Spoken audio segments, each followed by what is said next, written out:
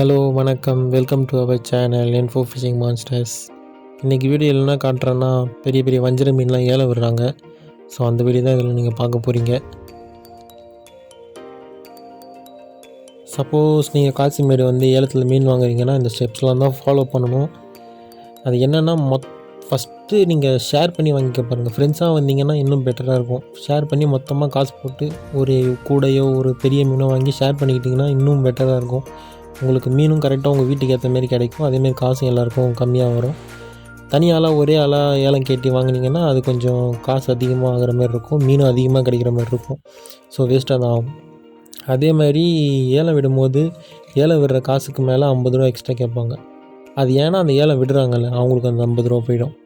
So நிறைய பேர் என்ன நினைப்பாங்க, எதுக்கு 50 ரூபா எக்ஸ்ட்ரா தரணும், அதெல்லாம் தரமாட்டேன், ஏலம் விடுற காசுக்கு தான் தருவேன்னு சொல்லுவாங்க. அதெல்லாம் கிடையாது. இதெல்லாம் அப்பப்போதுலேயும் இருக்கிறது தான்.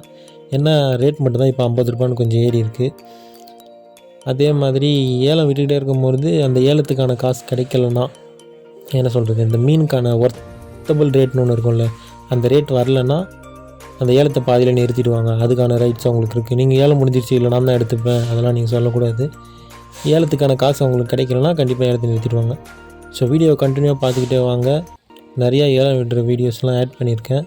ஸோ வீடியோவை கண்டினியூவாக பார்த்துக்கிட்டே வாங்க. இப்போ நான் சொன்ன விஷயம்லாம் அதில் நடக்கும், உங்களுக்கே ஈஸியாக புரியும். வீடியோவை பாருங்கள்.